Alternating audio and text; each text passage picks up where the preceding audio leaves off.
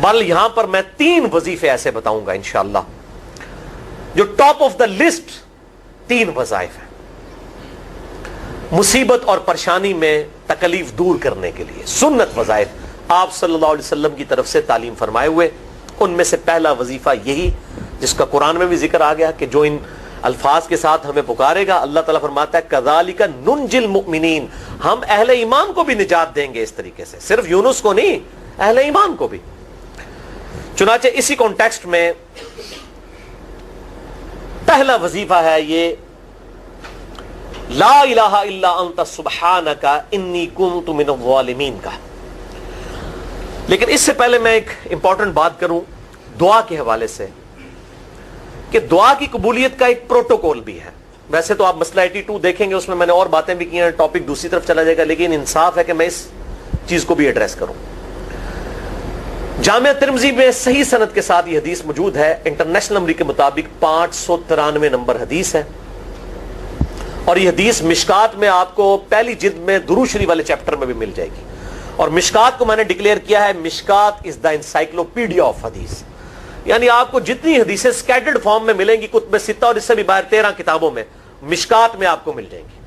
میں نے اسی لیے مشکات میں پورا لیکچر ریکارڈ کروا دیا ہے، مسئلہ نمبر 111B کے عنوان سے مشکات المصابیح کا مکمل تعارف، وہ ضرور دیکھیں۔ یعنی مشکات 3 جلدوں میں آپ لے لیں تو انسائکلوپیڈیا آف حدیث آپ کے پاس آ گیا۔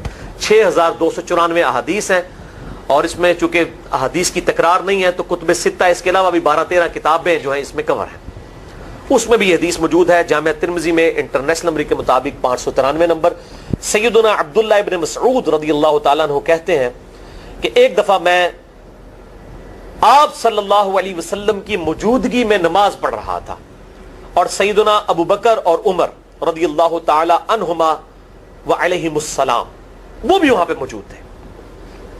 میں نماز کے جب یعنی کہ تشہد میں بیٹھا، میں نے اللہ کی حمد کی، التحیات للہ والصلوات والطیبات، اس کے بعد درود پڑھا، اور اس کے بعد میں نے دعا مانگنا شروع کی تو آپ صلی اللہ علیہ وسلم نے ارشاد فرمایا سل تعطا سل تعطا، مانگ تجھے دیا جائے گا، مانگ تجھے دیا جائے گا۔ یعنی جو درود شریف اور ذکر کے ذریعے متوجہ ہوتا ہے اللہ تعالیٰ اس کی دعا قبول کرتا ہے۔ اور پھر ابن مسعود ادھر ہی روایت کرتے ہیں، ساتھ ہی جامعہ ترمذی میں دوسری حدیث ہے صحیح سند کے ساتھ کہ ایک شخص آیا، اس نے جو ہے وہ نماز کے دوران حمد و درود کے بغیر ڈائریکٹ اللہ سے مانگنا شروع کر دیا۔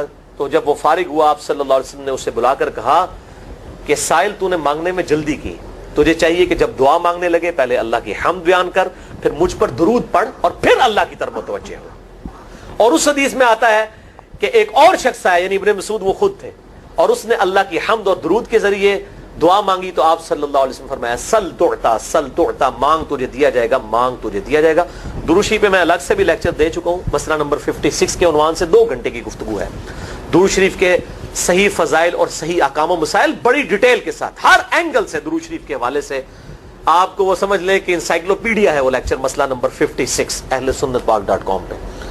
تو دعا کے لیے حمد اور درود شریف ضروری، اس لیے دیکھیں نماز کی انٹلیکچوئل ترتیب ہے، آپ پہلے دعا کرتے ہیں التحیات للہ والصلوات والطیبات، اللہ کی حمد کرتے ہیں، پھر نبی صلی اللہ علیہ وسلم پر سلام عرض کرتے ہیں السلام علیکہ ایھا النبی، اس کے بعد آپ درود پڑھتے ہیں، اور اینڈ پہ آپ دعا مانگتے ہیں اللہم انی اعوذ بک من عذاب جہنم ومن عذاب القبر ومن فتنة المحیا والممات ومن شر فتنة المسیح الدجال، یا اللہم ربنا آتنا فی الدنیا حسنة وفی الآخرة حسنة وقنا عذاب النار، یا رب اجعلنی مقیم الصلاة ومن ذریتی ربنا وتقبل دعائی ربنا اغفر لی ولوالدی وللمؤمنین یوم یقوم الحساب۔ کوئی بھی دعائیں مانگیں، یہ بھی مانگیں جو میں وظائف بتا رہا ہوں، کیونکہ بخاری اور مسلم کی متفق علیہ حدیث ہے۔ مشکات میں آپ کو تشہد والے چیپٹر میں حدیث مل جائے گی کہ نماز میں تشہد میں درود کے بعد جو چاہو اپنے رب سے مانگو، یعنی عربی میں مانگنا ہوگا، دعائیں مانگے، دعائیں معصورہ کتاب و سنت میں جتنی ہیں وہ مانگے، اس کے علاوہ بھی مانگ سکتے ہیں اگر الفاظ درست ہوں لیکن عربی زبان میں۔ تو یہ پہلا وظیفہ جامعہ ترمذی میں انٹرنیشنل نمبر کے مطابق 3505، مشکات میں 2292 نمبر یہ حدیث ہے، اور قرآن حکیم میں تو ہم پڑھ چکے ہیں سورۃ الانبیاء آیت نمبر 87 اور 88 میں آپ صلی اللہ علیہ وسلم نے ارشاد فرمایا کہ یونس علیہ السلام نے مچھلی کے پیٹ میں اپنے رب کو ان الفاظ کے ساتھ پکارا تھا لا الہ الا انت سبحانک انی کنت من الظالمین، اور پھر آپ صلی اللہ علیہ وسلم نے فرمایا کہ جو کوئی شخص اپنے کسی بھی معاملے میں کسی بھی پریشانی میں اس دعا کے ذریعے اللہ کی طرف متوجہ ہو, اللہ تعالیٰ اس کی دعا کو قبول فرما لیتا ہے. اور قرآن میں بھی آ گیا نا کذالک ننجی المؤمنین. اور کتنا بڑا فتویٰ آیا میرے بھائیوں, سورہ الصافات 143 144, فلولا انہ کان من المسبحین, اگر یونس ہمیں ان الفاظ میں ہماری تسبیح نہ کرتا, للبث فی بطنہ الی یوم یبعثون, تو مچھلی کے پیٹ میں قیامت تک مچھلی کے پیٹ میں رہتا اگر اس طرح نہ ہمیں پکارتا, اس کی قبر مچھلی کا پیٹ بن جاتی. یعنی یہ اتنا عطاب, اور وہ دور ہو گیا اس دعا سے, بہت بڑے اسماء اعظم میں سے ہے. تو یہ بہترین دعا, بہترین وظیفہ, اسماء اعظم میں سے بہترین چیز, اور سب سے بڑھ کر جو میں نے بات کی کہ بہترین استغفار, اللہ سے توبہ مانگنے کا بہترین ذریعہ. اور کس طریقے سے, اے اللہ تو پاک ہے نا, تجھ سے تو غلطی نہیں ہوگی, میں بندہ ہوں غلطی کروں گا, تو اللہ نے تو معاف کرنا ہے نا, کیونکہ جب بندے نے اپنی عاجزی کا اظہار کر لیا ہے اور اللہ تعالیٰ کو بتایا اللہ یہ تیری کوالٹی ہے, تو غلطی نہیں کرتا, تو میں تو انسان ہوں غلطی کروں گا. تو یہ ہے پہلا وظیفہ. دوسرا وظیفہ وہ بھی جامعہ ترمذی میں انٹرنیشنل نمبر کے مطابق 3524 نمبر حدیث ہے, لیکن ترمذی کا طریق جو ہے وہ ضعیف ہے. یہ میں پہلے بتا دوں, امام ترمذی نے ساتھ لکھا ہے یہ روایت کمزور ہے, لیکن ضروری نہیں ہوتی کہ روایت اگر ترمذی میں کمزور ہے تو کہیں اور وہ روایت صحیح نہیں موجود ہے. اس کی صحیح سند المستدرک للحاکم میں انٹرنیشنل نمبر کے مطابق 1862 نمبر موجود ہے, اور سنن نسائی الکبریٰ میں 10492 نمبر ہے, اور مشکات میں بھی 2454 نمبر حدیث ہے انٹرنیشنل نمبر کے مطابق.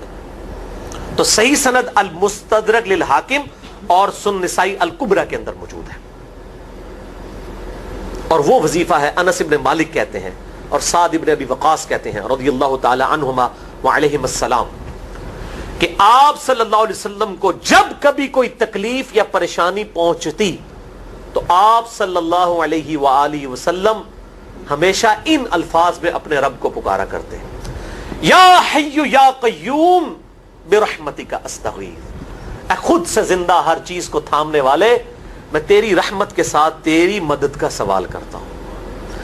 استغیث بولیں گے نا الف کے ساتھ حمزہ کے ساتھ, تو یہ سنگولر کا صیغہ ہوگا, اور اگر ہم بولیں گے نستغیث نون کے ساتھ تو یہ جمع کا صیغہ بن جائے گا. یہ میں اس لیے بتا رہا ہوں, لوگ پوچھ رہے ہوتے ہیں جی بعض جگہ لکھا ہوتا ہے جناب نستغیث, بعض جگہ لکھا ہوتا ہے استغیث, کیا کریے وہ نستغیث جمع کا صیغہ بنا لیا جاتا ہے. جیسے دعا ہے سنن ابی داؤد میں اللہم اجرنی من النار, لیکن اگر جمع کا صیغہ بنائیں گے تو اللہم اجرنا من النار ہو جائے گا.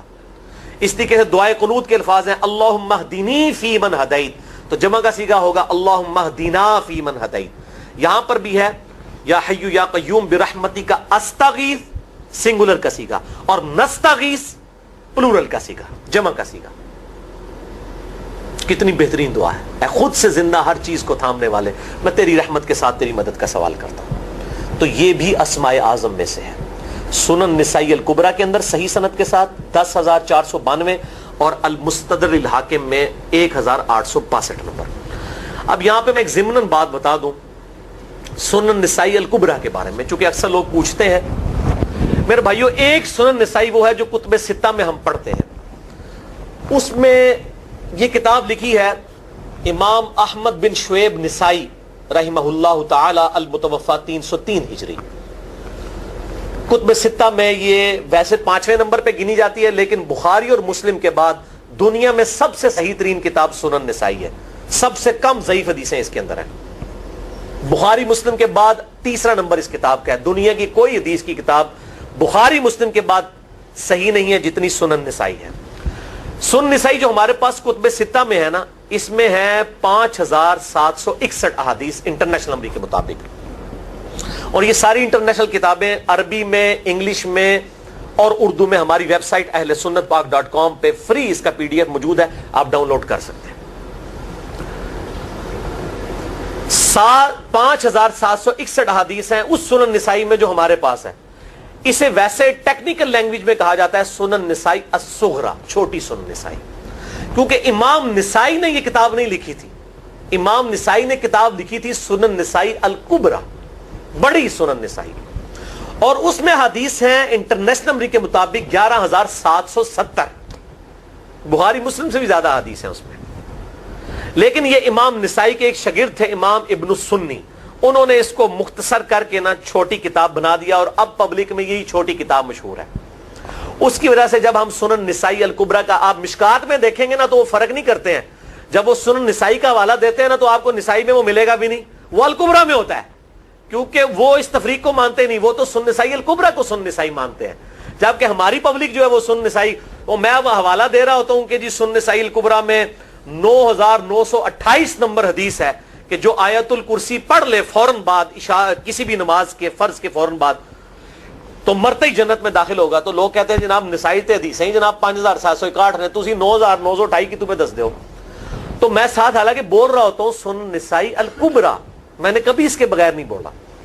تو الکبریٰ سے آپ کا دماغ تو کام کرنا چاہیے، الکبریٰ کیوں بول رہا ہے ساتھ؟ کوئی یہ صغریٰ بھی ہے جس کی یہ الکبریٰ ہے بڑی، اور ہمارے گرین کارڈ میں یہ وظیفہ لکھا ہوا ہے الکبریٰ کے ساتھ. اسی طریقے سے جو میرا وہ واقعہ کربلا کے اوپر 150 اسناد پر مشتمل پمفلٹ ہے، ریسرچ پیپر نمبر 5B واقعہ کربلا کا حقیقی پس منظر 72 صحیح الاسناد احادیث کی روشنی میں. 72 کا تو ٹائٹل ہے شہدائے کربلا کی نسبت سے، احادیث اس میں 150 ہیں. اس میں اکثر حدیثوں کے حوالے میں نے سنن نسائی الکبریٰ سے دیے ہوئے ہیں. وہ لوگ کہتے ہیں مل ہی نہیں رہی ہے، تو میرے بھائی وہ سنن نسائی الکبریٰ آپ کے پاس ہوگی تو آپ کو ملے گا نا. تو سنن نسائی الکبریٰ الگ سے وہ اصل کتاب ہے، اس میں سے سنن نسائی الصغریٰ بنائی گئی ہے. اسی سنن نسائی الکبریٰ کا چیپٹر ہے خصائص علی، جس میں 194 حدیث ہیں سیدنا مولا علی رضی اللہ تعالیٰ عنہ وعلیہ السلام کی شان میں. امام نسائی نے ناسبیوں کے خلاف وہ کتاب کا وہ چیپٹر لکھا، وہ خصائص علی چیپٹر ہے سنن نسائی الکبریٰ کا. اس طریقے سے فضائل صحابہ بھی امام نسائی کی جو کتاب ہے وہ بھی اسی کتاب کا چیپٹر ہے. اسی طریقے سے عمل الیوم واللیلہ، صبح و شام کے جو اذکار ہیں وہ چیپٹر بھی اسی سنن نسائی الکبریٰ میں سے ہے. اسی میں یہ وظیفہ ہے کہ جو آیت الکرسی فرض نماز کے فوراً بعد پڑھتا ہے تو مرتے ہی جنت میں داخل ہوگا. میں نے اس کتاب کے اس چیپٹر کا حوالہ نہیں دیا، وہ الگ سے بھی چیپٹر چھپا ہوا ہے، جس طرح خصائص علی الگ سے ہے، فضائل صحابہ الگ سے ہے. خصائص علی تو ہمیں ہماری ویب سائٹ پہ بھی موجود ہے اہل سنت پاک.com پہ. فضائل صحابہ بھی اردو ترجمے اور تحکیم کے ساتھ چھپ چکی ہے. اور یہ عمل الیوم واللیلہ، دن رات کے جو اذکار ہیں، یہ بھی الگ سے عربی میں چھپی ہوئی ہے. تو میں اس کا حوالہ نہیں دیتا، میں سنن نسائی الکبریٰ کا کہتا ہوں 9,928 آیت الکرسی کا وظیفہ. تو یہ سنن نسائی الکبریٰ کا میں نے حوالہ دیا ہے، یا حی یا قیوم برحمتک استغیث 10,492 صحیح طریقہ ہے. بعض اوقات کسی ایک کتاب میں ضعیف، ترمذی کا اس کا طریق جو ہے وہ ضعیف ہے، سنن نسائی الکبریٰ اور المستدرک للحاکم کا طریق جو ہے وہ بالکل صحیح ہے. جس طریقے سے سنن ابی داؤد اور سنن ابن ماجہ میں کتاب النکاح چیپٹر میں حدیث ہے، اگر میں سجدہ جائز سمجھتا تو بیویوں کو کہتا کہ اپنے خامدوں کو سجدہ کریں اس حق کے سبب جو اللہ نے ان کو دیا ہے. تو ابو داؤد اور ابن ماجہ کی روایت ضعیف ہے، اس میں شریک القاضی مدلس ہے اور ان سے روایت کر رہے ہیں، اور مدلس کی ان والی روایت سما کی تصریح کے بغیر ضعیف ہوتی ہے. لیکن ہم اس حدیث کو صحیح کہتے ہیں کیونکہ اس سما کی تصریح سنن البہیقی کے اندر موجود ہے الکبریٰ میں. تو ہم پھر اس کی بنیاد پہ کہتے ہیں چونکہ وہاں پر صحیح لہذا اس کو ہم کہتے ہیں شواہد کی بنیاد پہ صحیح. یہ میں آپ کو ٹیکنیکل چیزیں بتا رہا ہوں، یہ وہ چیزیں جو آپ کے کئی وہ جو بڑے بڑے علماء پڑھ کے فارغ ہوتے ہیں ان کو بھی یہ باتیں نہیں پتہ ہوتی ہیں. وہ کہتے ہیں جناب آپ کتوں پڑھے ہو، اور میں کہنا پائی میرے آئنسٹائن تے نیوٹن کو کسی مدرسے تو پڑھنے کی ضرورت نہیں ہوتی. نیوٹن 8ویں کلاس ہی نسیا ہوا ہے، آج نیوٹن ہوتے PhD ہوتی فزکس تھی. مجھے غامدی صاحب کا جملہ یاد آیا، ان سے کسی نے پوچھا کہ یہ جو روایتی علماء ہیں اور مولانا مودودی آپ ان کو کیسے دیکھتے ہیں؟ ان کا روایتی علماء جو ہیں یہ تو مدرسوں کے اسٹوڈنٹس اور فاروق تحصیل ڈگری ہولڈر ہیں، اور مودودی صاحب جو ہیں ان کی مثال تو آئنسٹائن اور نیوٹن والی ہے، ان کے اوپر PhDs ہوتی ہیں. یہ گاڈ گفٹڈ صلاحیتیں ہوتی ہیں. ان مدرسوں کی آؤٹ پٹ مودودی صاحب اور ڈاکٹر اسرار، ڈاکٹر ذاکر نائک اور احمد دیدار صاحب تو نہیں ہو سکتے. یہ گاڈ گفٹڈ صلاحیتیں ہوتی ہیں. تو میں اس لیے ساتھ ساتھ کلیئر کر رہا ہوں تاکہ یہ جو ایمبیگوٹیز آتی ہیں اس حوالے سے وہ کلیئر ہو جائیں. بہرحال یہ دوسرا وظیفہ ہو گیا. اب تیسرا وظیفہ جو ہے کمال وظیفہ، صحیح بخاری میں موجود ہے، انٹرنیشنل نمبر کے مطابق 4,563 نمبر. ابن عباس رضی اللہ تعالی عنہما کہتے ہیں وعلیہم السلام، وہ کہتے ہیں کہ سیدنا ابراہیم علیہ السلام کو جب آگ میں پھینک رہے تھے نا تو ابراہیم علیہ السلام نے اس وقت کہا تھا حسبنا اللہ و نعم الوکیل، ہم نے اللہ ہی پر بھروسہ کیا اور وہی بہتر کارساز ہے. اور تمہارے نبی صلی اللہ علیہ وسلم کو بھی جب مصیبت اور پریشانی آتی تھی وہ بھی پڑھا کرتے تھے حسبنا اللہ و نعم الوکیل، ہم نے اللہ ہی پر بھروسہ کیا اور وہی بہتر کارساز ہے. اس کے اندر وہ شعر جو بنا دیا نا نعم المولا و نعم النصیر، ویسے الگ سے آیت ہے، الگ سے آیت ہے، لیکن یہ شعر نہیں بنانا، بس اتنا ہی وظیفہ ہے حسبنا اللہ و نعم الوکیل. اور یہ جو انہوں نے کہا کہ نبی صلی اللہ علیہ وسلم بھی یہ کہتے تھے، اس کا ذکر الحمدللہ قرآن میں بھی موجود ہے، اس سے بھی بڑھ کر سورہ آل عمران کی 173 نمبر آیت میں ہے کہ جب نبی صلی اللہ علیہ وسلم اور اہل ایمان کو یہ خبر پہنچی کہ کافر ان کے خلاف سازشیں کر رہے ہیں، تو نبی اور اہل ایمان نے پکارا حسبنا اللہ و نعم الوکیل. تو حسبنا اللہ و نعم الوکیل قرآن کی آیت بھی ہے، اور یہ ہے وہ آیت، وظیفہ قرآن میں آیا ہوا ہے یہ آل عمران 173 اور صحیح بخاری 4563. اور مجھے بڑا وجد آیا کہ ابراہیم علیہ السلام کو جب آگ میں پھینکنے لگے تھے انہوں نے اس وقت اللہ کو ان الفاظ کے ساتھ پکارا حسبنا اللہ و نعم الوکیل. اچھا، یہ جتنے بھی وظیفے ہیں نا میرے بھائیوں، ان کا فائدہ اسی وقت ہے جب آپ کو ترجمہ بھی ان کا آتا ہوگا، ورنہ آپ روزانہ جتنی مرضی تسبیحیں کھینچتے رہے کوئی فرق نہیں پڑے. اس لیے میرا ایک پرسنل مشورہ ہے کہ جب بھی یہ وظیفے پڑھے نا آپ، اردو ترجمہ بے شک آتا بھی ہو رہا ہے، ایک دفعہ اپنی زبان میں اس کو ریپیٹ کریں.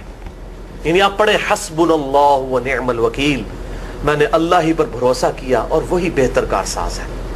آپ دیکھیں یہ صوت القرآن چینل میں جب وہ عربی چل رہی ہوتی ہے، جیسے ہی وہ مراج الدین خان کا ترجمہ شروع ہوتا ہے نا، کیسے کب کبھی تاری ہو جاتی ہے، کیونکہ وہ ہماری زبان میں بات ہو رہی ہوتی ہے نا.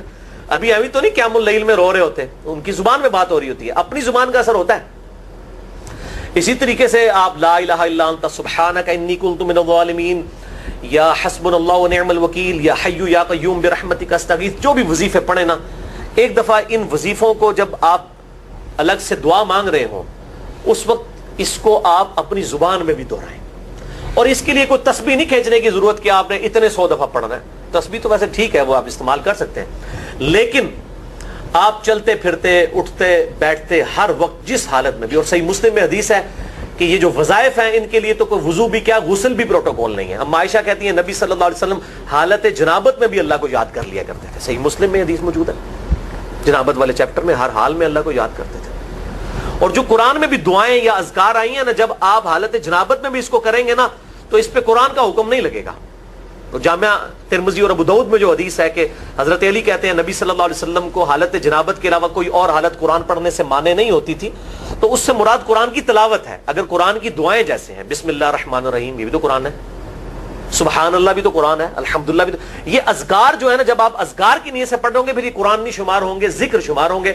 اور اس کے لیے نہ وضو پروٹوکول ہے اور نہ غسل کا ہونا ضروری ہے، ہر حال میں اللہ کو یاد کریں.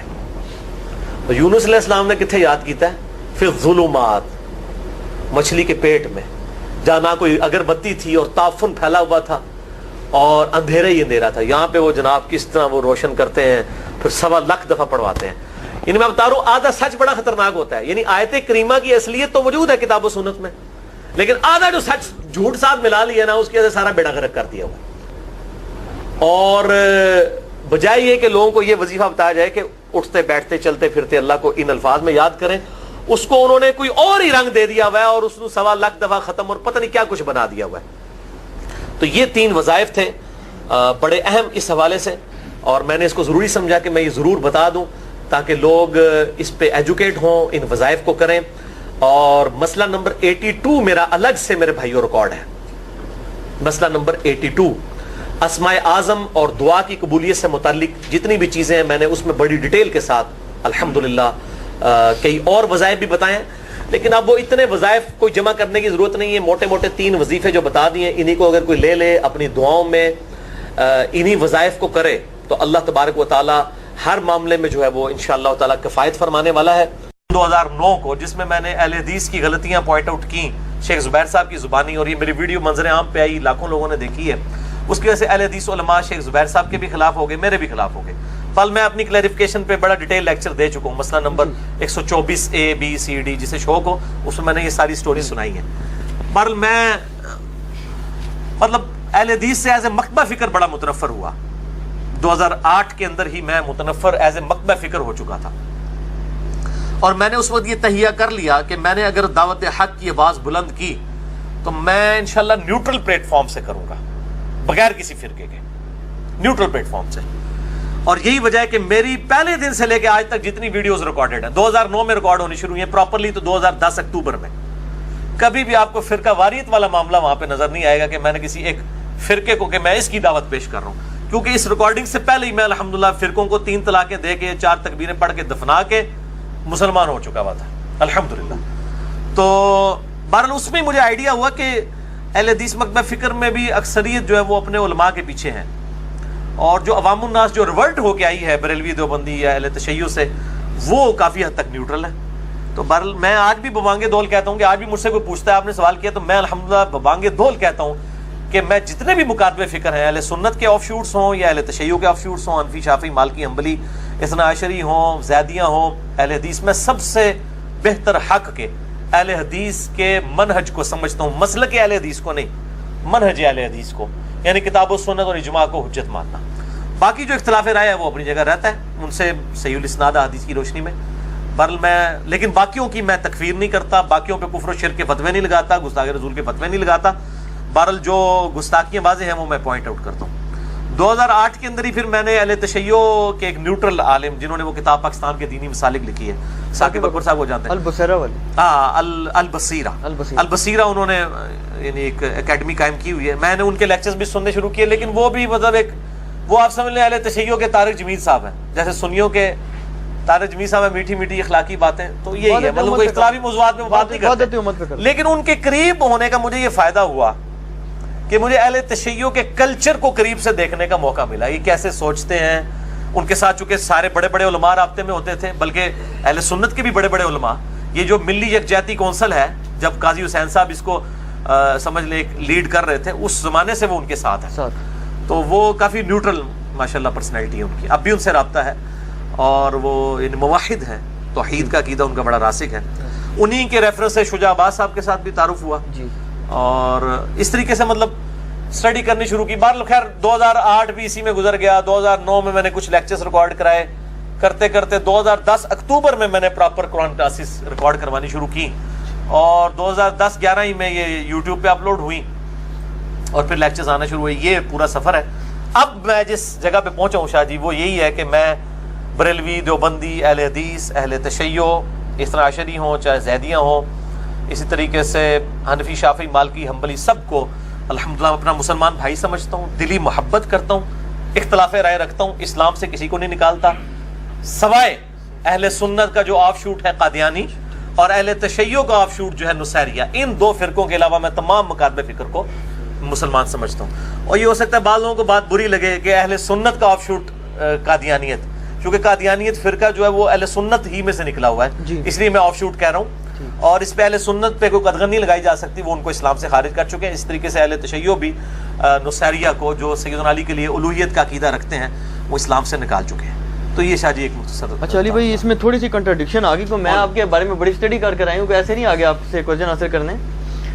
وہ یہ ہے کہ آپ نے فرمایا کہ میں شروع سے میرا یہ موقف رہا ہے کہ میں کسی جماعت کی طرف سے اپنی افیلیشن نہیں کروں گا، لیکن اس میں کنٹرڈکشن یہ ہے کہ زبیر علی زئی صاحب سے جب آپ نے انٹرویو کیا تو اس میں یا اس کے علاوہ شاید ایک تو انٹرویو تھا، ایک اور آپ کی ریکارڈنگ تھی، غالباً دونوں میں ایسے ہے کہ آپ نے انٹروڈکشن کرایا کہ جی ہم نے فلاں تحریک قوم آئے، اور آپ نے کیا لفظ استعمال کیا، کتاب و سنت کا منہج، سنت کے منہج کو کیا، سلف کے منہج. تو زبیر صاحب نے کہا جی اس کا مطلب پہلے حدیث ہو گئے، تو آپ نے فرمایا الحمدللہ. بالکل ٹھیک ہے الحمدللہ. آج آپ حنیف قریشی صاحب سے بھی شاہ جی پوچھیں نا کہ آپ اہل حدیث ہو، کہیں گے ہاں جی اسی اہل حدیث ہیں، وہابیاں اہل حدیث نہیں ہیں. میں نے اس وقت بھی جو لکھ کے دیا تھا اہل حدیث تو نہیں لکھ کے دیا تھا. شیخ زبیر صاحب نے جو چٹ پڑھی ہے اس میں الفاظ تھا کتاب و سنت کا جو منہج ہے وہ سلف کے فہم کے مطابق اڈاپٹ کیا. اتنا لمبا جو جملہ لکھا تھا اس کی بجائے میں اہل حدیث ہی لکھ دیتا نا. میں اسی وقت اس چیز کے خلاف ہو چکا تھا، اور شیخ زبیر صاحب کو میں نے ایمفسائز کیا اس بات کے اوپر کہ آپ یہ اہل حدیث ورڈ کی بجائے اہل سنت کا ورڈ استعمال کیا. جب شیخ زبیر صاحب نے کہا کہ آپ اتنی لمبی بات کے بجائے مطلب آپ اہل حدیث ہو گئے، تو آپ کو چاہیے تھا وہاں کہتے نہیں جی میں اہل حدیث نہیں ہوا، آپ نے واقعہ الحمدللہ. ہاں کاش اگر میں آج والا انجینئر محمد علی مرزا ہوتا تو میں کہتا کہ سر اس کو آپ ذرا چینج کر دیں، میں اہل حدیث منہج پہ آیا ہوں، اہل حدیث مسلک میں نے نہیں اڈاپٹ کیا. اچھا ہاں باقی میں اس وقت بھی کلیئر تھا اس مسئلے میں. ٹھیک. اتنا لمبا چوڑا جو مجھے لکھنا پڑا وہ اسی وجہ سے کہ میں کلیئر تھا اس موقف میں کہ یہ کام نہیں کرنا چاہیے. اور وہ جو الحمدللہ میں نے کہا ہے, میں آج بھی کہتا ہوں الحمدللہ میں اہل حدیث بھی ہوں, الحمدللہ میں اہل سنت بھی ہوں, میں الحمدللہ عمار ابن یاسر والا اہل تشیع بھی ہوں, الحمدللہ میں سب کچھ ہوں. اور میں تو اکثر کہتا ہوں کہ امام شافعی کہتے ہیں نا, ان کان رفضا حب آل محمد فلیشهد الثقلان انی رافضی, اگر اہل بیت کی محبت کا نام رافضی ہونا ہے تو لوگ جنوں انس اس پر گواہ ہو جائیں کہ میں رافضی ہوں. تو میں بھی یہی کہتا ہوں کہ اگر نبی صلی اللہ علیہ وآلہ وسلم کی محبت کا نام بریلوی ہوتا ہے میں بریلوی ہوں, اگر صحابہ کی عظمت کو ماننا دیوبندی ہے میں دیوبندی ہوں, اگر جو ہے وہ توحید کے اوپر ایمفسائز کرنا, کتاب و سنت کو ایلیٹ ماننا باقیوں کے نظریات کے مقابلے پر بزرگوں کے, اہل حدیث میں اہل حدیث ہوں. اور اگر اہل بیت کی محبت کا نام اہل تشیع ہونا تو میں اہل تشیع ہوں, تو وہ تو ابھی بھی ہوں. چلیے بھائی, اس میں یہ ہے کہ رسول پاک صلی اللہ علیہ وسلم کی صحیح حدیث ہے کہ 73 فرقوں والی. اب اس میں ایک ہے فرقہ ناجیہ. فرقہ ناجیہ کے متعلق یہ ہے کہ یا تو وہ بریلوی ہوں گے یا دیوبندی ہوں گے یا شیعہ ہوں گے یا اہل حدیث ہوں گے یا زیدی ہوں گے یا جس کو بھی آپ کر لیں.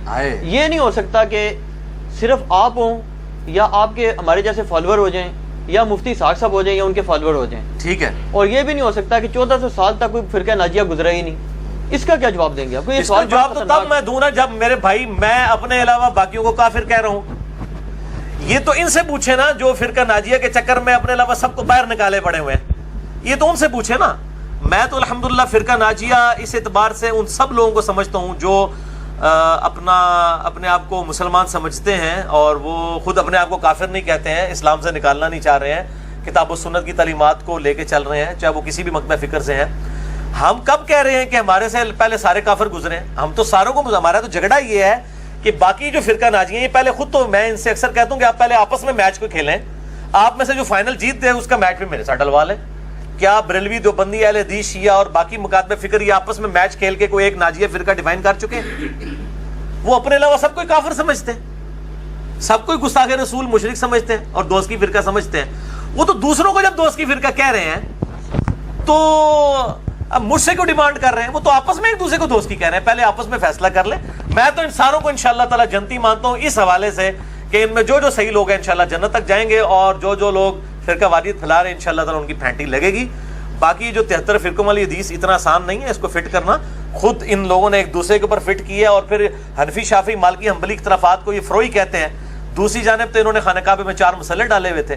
اگر یہ فروئی اختلافات تھے تو امام لادا کیوں تھے, ایک دوسرے کے پیچھے نماز کیوں نہیں پڑھتے تھے؟ اگر سنی مانتے تھے سب آپس میں تو یہ 4 انہوں نے اماموں کے نام کے اوپر مسلے کیوں کھڑے کیے ہوئے تھے؟ اور فقہ کی کتابوں میں آپ جائیں تو فقہ حنفی کتابوں میں یہاں تک لکھا ہے کہ اگر کوئی شافعیہ عورت بیاہ کے اپنے گھر لائے تو ایسا ہی ہے جیسے کوئی یہودیہ بیاہ کے لائے. فتاوی المگیریہ کے اندر باقی کتابوں کے اندر یہ ریفرنسز موجود ہیں. تو یہ بات ہی کرتے ہیں صرف, باقی ایک دوسرے کو پکا گناہ سمجھتے ہیں. یہ تو آپ نے میری بات کی پھر تصدیق کر دی نا. ان کا تو موقف ہے بالکل کلیئر. مثلا ان کا موقف یہ جی ہمارا یہ گروہ ہے, یہ ہمارے علماء ہیں, ہم حق پر ہیں, ہم فرقہ ناجیہ, باقی سارے جنمی ہیں. آپ کا وہ حساب ہے کہ وہ ہمیں کہتے ہیں جی کہ ادھر کی اینٹ ادھر کا روڑا بان متی نے کنبا جوڑا, کہ جناب یہ شیعوں سے لے لیا, یہ دیوبندیوں سے لے لیا, یہ بریلویوں سے لے لیا. وہ کہتے ہیں یہ فکر کبھی دنیا میں رہی آج تک؟ جی بریلوی دیوبندی اہل حدیث شیعہ سے ہم نے کب کوئی چیز لی ہے؟ ہم تو اہل سنت کی مین سٹریم کی کتابوں سے چیزیں لے رہے ہیں.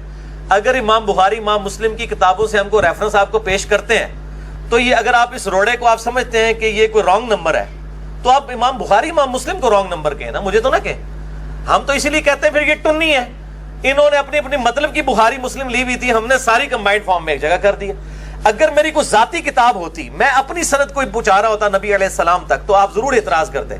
میں تو ہمیشہ بخاری مسلم کے ریفرنسز دے رہا ہوں. اب آپ اپنے بزرگوں کو روئیں جنہوں نے آپ کو دھورا دین دیا تھا, آدھی باتیں بتائی تھیں آپ کو بخاری مسلم سے, آدھی باتیں چھوڑ دی ہوئی تھی, میں نے وہ ساری لا کے پبلک کے سامنے رکھ دی ہیں. اصل سننی ہے میں, وہاں تو بزرگ بھی ٹننی تھے, تسی بھی ٹننی, پھر تو میں ہی کہوں گا نا. اگر میری کتابیں اپنی ہوتی, سنیوں والی کتابیں نہ ہوتی, آپ کا اعتراض بالکل جینون تھا کہ جس نے گھر بیٹھ کے باتیں بنائی ہیں. اگر بخاری مسلم میں انٹرنیشنل نمبرنگ میرے علاوہ کوئی بندہ نہیں بتاتا کہ آپ کاؤنٹر چیک کر سکیں, کوڑ مار کے ٹوٹ جاندے ہیں ویڈیو دے اندر. میں انٹرنیشنل نمبرنگ بتاتا ہوں, لوگ کاؤنٹر چیک کرتے ہیں اور وہ نکلتی ہے. تو اگر میں نے یہ حدیثیں نکال کے پبلک کو بتائی ہیں تو یہ حدیثیں میں نے گھر تو نہیں لکھی ہیں, بخاری مسلم میں پہلے تھی. آپ اپنے بزرگوں کو روئیں, ان کے ساتھ جا کے آپ وہ جس پریس کلب کے باہر احتجاج کریں اپنے بزرگوں کے خلاف کہ جی ہم نے تو اب انجینئر صاحب کو اپنا بزرگ مان لیا، کیونکہ آپ نے تو بخاری مسلم میں حدیثیں ہم تک چھپائی ہوئی تھی، آپ نے تو ہمیں بتایا نہیں تھا بخاری میں حدیث ہے 2812 کہ عمار کو ایک باغی جماعت قتل کرے گی، عمار ان کو جنت کی طرف بلائے گا اور وہ جماعت دوزخ کی طرف بلائے گی. آپ تو یہ حدیث چھپاتے نہیں، یہ تو علی نے نکالی ہے. تو میری اگر کتابیں جس دن شادی الگ ہوئی نا، اس دن میرے پر اعتراض بنے گا. جب میری کتابیں وہی ہیں جن کتابوں کو آپ بھی مانتے ہیں تو پھر میرے پہ تو اعتراض ہی کوئی نہیں ہے. باقی پرانے بزرگوں کی کیا بات ہے، وہ اللہ تعالیٰ کے پاس جا چکے، وہ اپنے اعمال کا حساب کتاب خود دیں گے، ہم ان کی کوئی تکفیر نہیں کرتے ہیں. اور باقی پریکٹیکلی تو حنفی بھی کئی معاملات کے اندر بزرگوں کے فتوے چھوڑ چکے ہیں. مدینہ کو کیا امام حنیفہ رحمہ اللہ حرم مانتے تھے؟ نہیں مانتے تھے. ابھی شوال کے 6 روزوں کے اوپر بھی میرا انشاءاللہ لیکچر آئے گا. تمام فقہ حنفی کتابوں میں تواتر سے نقل ہوا ہے کہ امام شافعی، امام ابو حنیفہ رحمہ اللہ تعالیٰ ان کو 6 روزوں کو مکروہ سمجھتے تھے. امام مالک بھی، امام مالک کی تو الموطا امام مالک میں لکھا ہوا ہے، لیکن آج ہمارے پاس حدیثیں موجود ہیں تو یہ اختلاف رائے کرتے ہیں نا. مفقود الشوہر جو ہے، مفقود الشوہر عورت جس کا شوہر گم جائے، ایسی عورت وہ 4 سال تک انتظار کرے گی. یہ امام مالک کا فتویٰ ہے. امام حنیفہ کا فتویٰ ہے کہ 90 سال تک انتظار کرے گی، یا اس کے خامند کے ہم عمر سارے لوگ فوت ہو جائیں. تو کیا حنفی 90 سال والا فتویٰ یہ اپنی پبلک کو بتا سکتے ہیں؟ فتویٰ تو امام مالک کے فتوے کے اوپر دے رہے ہیں. تو یہ ادھر کی اینٹ ادھر کا روڑا تو یہ خود بھی لگا رہے ہیں. ہم تو دلائل کے اوپر بات کرتے ہیں. پہلے سب سے پہلے ہمارے عقائد بتائیں کہ ہمارا کون سا عقیدہ کتاب و سنت کے خلاف ہے. کتاب و سنت کے، بزرگ بابوں کے نہیں، ان کا ہم کوئی ذمہ دار نہیں. کیوں؟ یہ آپس میں بھی ایک دوسروں کے بزرگوں کو نہیں مانتے. امام ابو حنیفہ رحمہ اللہ تعالیٰ کا نام تحقیر کے ساتھ لیا کرتے تھے احمد بن حنبل. ایلو لے جو میرے کو ریکارڈنگ کرنا سنیے. مسند احمد میں موجود ہے، اپنے بیٹے سے حدیث بیان کر رہے ہیں اور کہتے ہیں وہ ابو فلانا کہتا تھا. ابو حنیفہ بھی نام نہیں لیا. تو پھر بیٹے نے مجھے کیوں فلانا کہتے پہ فلانا، جسے پنجابی فلانا ٹینگا کہہ دینے نا، انہوں نے کہا میں ابو حنیفہ کو کہہ رہا ہوں. اس طرح تحقیر کے ساتھ یہ نام لیتے تھے. بالکل جھوٹی باتیں کرتے ہیں کہ جی وہ ان کی قبر پہ جاتے تھے رفع دین چھوڑ دیتے تھے، ان کی قبر پہ جاتے رفع دین کرتے تھے. بالکل جھوٹ مالتے ہیں، بالکل جھوٹ بولتے ہیں، ایک دوسرے کے اوپر اتنی جرح کرتے ہیں.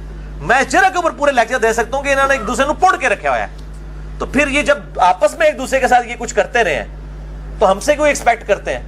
ہم بھی اختلاف رائے کرتے ہیں. میں امام حنیفہ، امام شافعی، امام احمد حنبل، امام مالک کے قدموں کی خاک بھی نہیں ہوں، لیکن نبی صلی اللہ علیہ وآلہ وسلم کے ٹائٹل پہ ان کو فائز نہیں کر سکتا.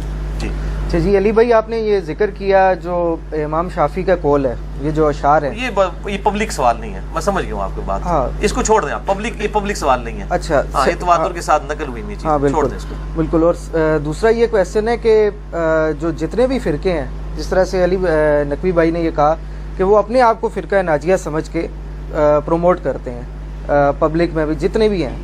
تو ایک بندہ جو جس طرح سے آپ نے تحقیق کی اور آپ ایک پبلک لیول تک پہنچے، تو ایک بندہ جو اپنے گھر میں بیٹھ کے کر رہا ہے وہ بالکل ڈسٹنگوشڈ ہے، تو کیا وہ فرقہ ناجیہ میں شمار کیا جائے گا؟ کیوں نہیں شمار کیا جائے گا میرے بھائی؟